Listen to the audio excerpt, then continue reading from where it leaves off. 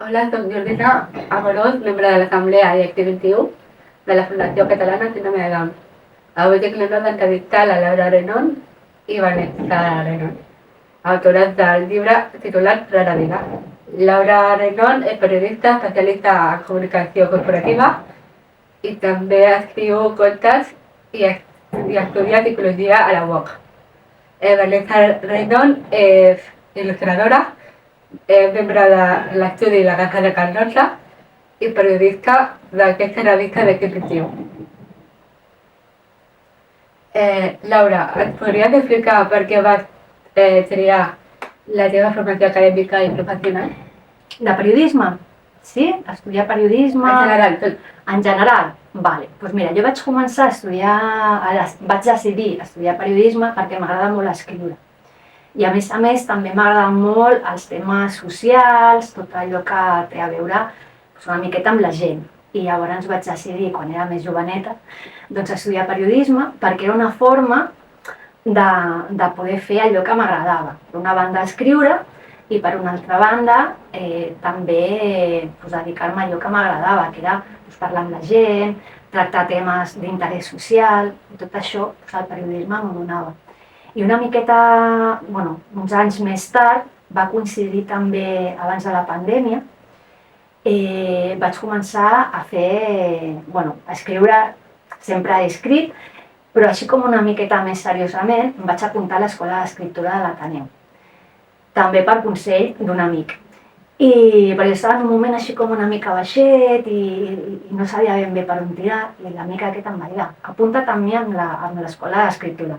I em vaig apuntar i allà vaig començar a escriure els relats. Després va venir la pandèmia i també a nivell laboral la cosa va anar així com una mica rara i sempre també havia tingut la cosa aquesta d'estudiar psicologia. I vaig dir, doncs vinga, és el moment ara, el 2020, diria, 2020-2021, que em vaig decidir a estudiar psicologia, que m'agrada molt. O sigui, estic molt contenta d'haver pres la decisió de tornar-hi un altre cop a estudiar. Llavors va ser com una mica la vida que em va portar d'una cosa a l'altra. Primer periodisme, després vaig decidir aterrar una mica el tema dels relats i després amb la pandèmia vaig decidir estudiar psicologia. I una mica aquí estem ara, Sabrina. També has fet de professora i jo mateixa he tingut alumna teva.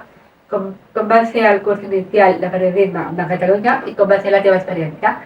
Uau, doncs a mi em va agradar moltíssim. Estic supercontenta de l'experiència, perquè a més jo crec que vam aprendre totes, no? Les persones que estàvem allà al curs, i jo crec que es va crear un grup molt bonic, que vam aprendre, vam fer entrevistes, i jo també vaig aprendre molt de vosaltres, perquè per mi fer de profe, entre cometes, va ser una experiència superenriquidora. Anava a dir orientadora.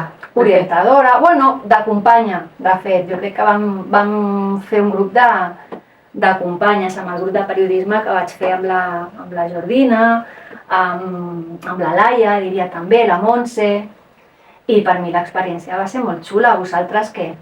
Vau estar contentes també o què? Sí? Jo crec que sí. Sí, no? Bueno, jo supercontenta. Va ser el meu inici al periodisme, que avui dia estic a èxit, he crescut moltíssim, però per això ho agraeixo d'alguna manera que tu m'hagis engegat al periodisme. Doncs mira, jo crec que va ser molt xulo posar la base, no? Perquè d'alguna manera va servir perquè vosaltres ja agafeu un altre camí i una altra perspectiva també del món del periodisme, o sigui que superbé, molt contenta. Com va sorgir fer el llibre Consulta amb ells a les 2? Doncs mira, una miqueta com et deia, no? Va ser després d'estudiar a l'Escola d'Escriptura, va venir la pandèmia i jo tenia els contes com que jo no confiava gaire en el fet de dir, ara escriurem el llibre i tal, però tenia els relats com en un calaix, no? I vaig dir, ara que tinc una mica més de temps, agafo el que tinc, ho repasso, ho edito, perquè tu ja ho saps, que el món del periodisme s'ha d'editar molt, s'ha de corregir, s'ha de reescriure moltes vegades, no? Un article, o sigui, tu ho escrius, però després has de tornar-hi a repassar, i llavors jo vaig fer això. I una vegada que ja ho tenia tot, vaig escriure més relats i vaig dir, ostres, doncs mira, potser puc començar a moure. I va ser així una mica el que et deia, una cosa em va portar l'altra. Vaig escriure a diverses editorials i em van contestar, diria que 3, o 2 i després una altra. Però, bueno, editorials molt petites, és dir que una cosa molt de casa, com si diguéssim, no? I la primera que em va contestar, vam tenir com una bona relació, ens van comunicar molt bé des del començament, i a partir d'aquí, doncs mira, també em van dir que sí, i vam començar a treballar doncs, ja el que és el llibre. I res, doncs quan ells el van maquetar, jo el vaig anar corregint, tinc un amic també que és corrector, li vaig passar, m'ho va mirar, li va agradar molt també, i ja està, i quan em va estar llest el llibre, doncs ja ho vaig començar a dir, mireu que tinc el llibre, i ja va començar una mica la feina de comunicació, de fet. I per què Rara Vida i no Rara? Rara Vida, perquè, mira, els relats tenen molt aquesta cosa de raro, no? Els personatges els hi passen coses que poden ser molt quotidianes, però que alhora són una mica rares, no? I llavors, mira, quan el llibre és com un recull de contes, ¿vale? I els contes, quan tu fas un llibre, han de tenir com una temàtica similar, han de seguir una línia, ¿vale? Una línia, per exemple, si tu parles... Per mi la línia era doncs, aquesta cosa estranya que tenim les persones, no? De vegades que fem coses que, per exemple, hi ha una noia que quan hi ha un soroll d'una fotocopiadora, ¿vale? Pues, ella allò ho transforma en una paraula.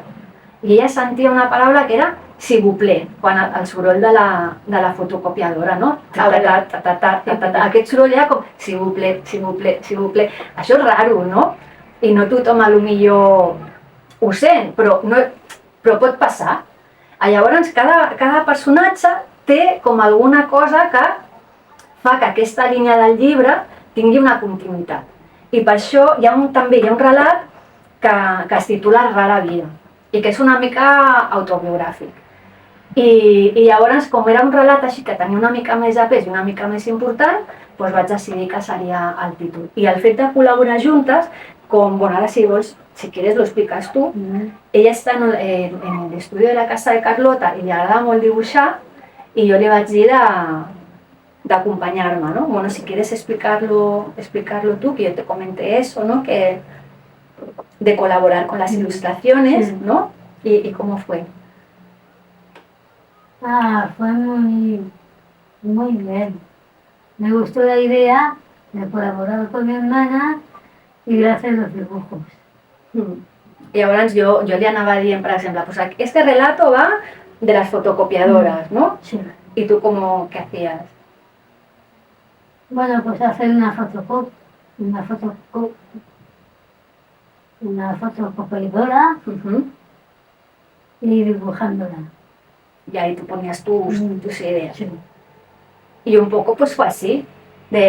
Però ja et dic, va ser tot com una mica a veure què passa, no? I llavors, pues res, jo li anava passant els textos i ella anava... Jo li deia, per exemple, pues aquesta noia... aquesta... A veure, et dic una altra. Mira, aquest, per exemple. Veus? Hi ha un personatge que... A veure, este es el Hugo, ¿no? Ay, perdón. Hay un Hugo, este es Lolo superhéroe, ¿no? Y que es un noi, però que no és un nen, és una persona adulta, ¿vale? I llavors a ell li agraden molt els herois, els superhéroes, ¿vale? Y llavors jo li vaig dir, vale, pues mira, necesitamos un dibujo que refleje pues lo que es este chico. Y ella pues lo hacía. ¿Ves? El de Lolo, luego por ejemplo, a ver si encontramos otro. Això que et deia de les coses rares, no? Una mica, doncs hi ha aquí un personatge, que és una noia, que només li vol fer una truita francesa a la seva àvia, però se li trenquen tota l'estona els ous.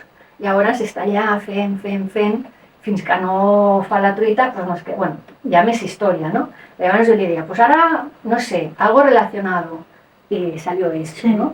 I així amb tots. I vam anar fent, no? Vam fer com un bon equip, que sí.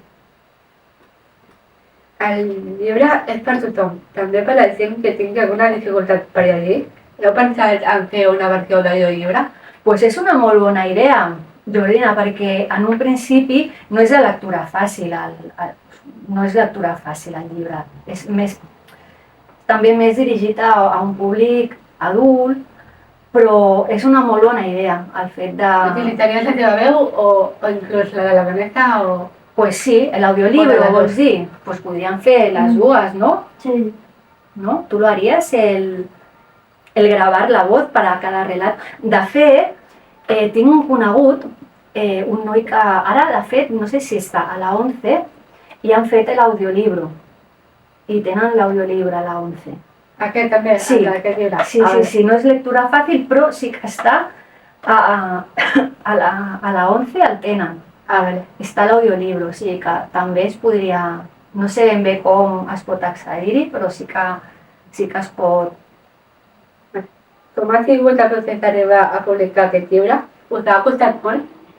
Pues el que et comentava abans va ser com una cosa que et porta a l'altra. Jo vaig acabar d'escriure el llibre i no era la meva idea de publicar, perquè jo deia, ostres, a veure, a mi ningú no em dirà de publicar el llibre.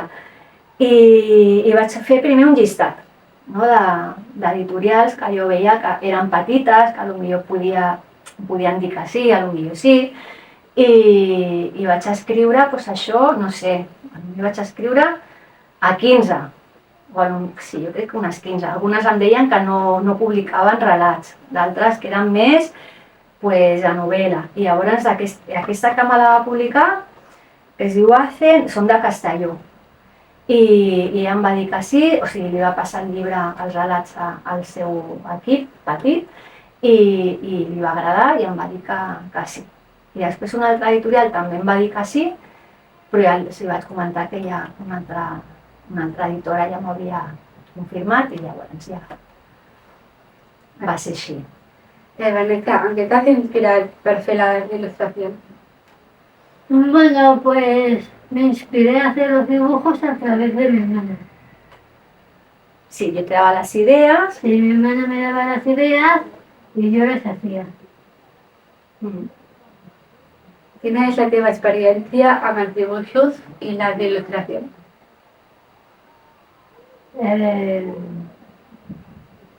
Bueno, lo de casa de Carlota. L'experiència de, no sé, de que has fet alguna cosa.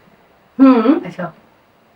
Pues en casa de Carlota también hago dibujo, también hago collage,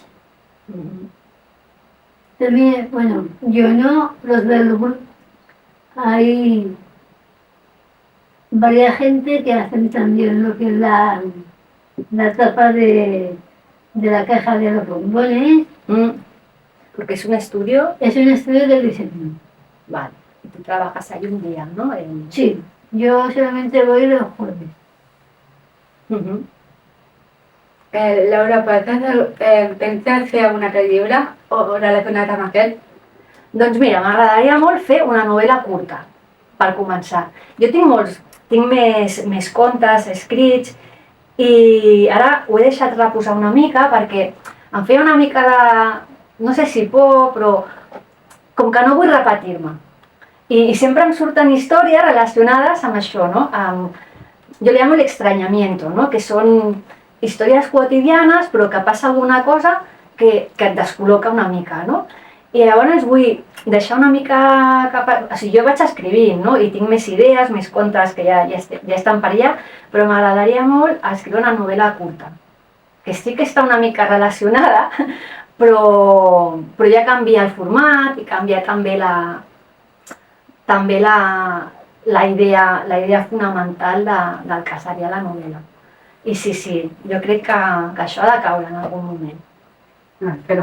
A veure. Sí, i tant, ja us ho diré, No, jo seré la primera a contar-lo. Ai, moltes gràcies. Bueno, i quina reflexió teniu de la revista Definitiu? De la revista? La tot, sí. Tant tu com ella. Bueno, yo la redacción en el CIT 21 para mí es muy buena me gusta seguir en ella y continuar haciendo artículos. Sí, sí, i jo crec que és una iniciativa superbona perquè dona moltes veus i llavors la revista és com una plataforma també, no?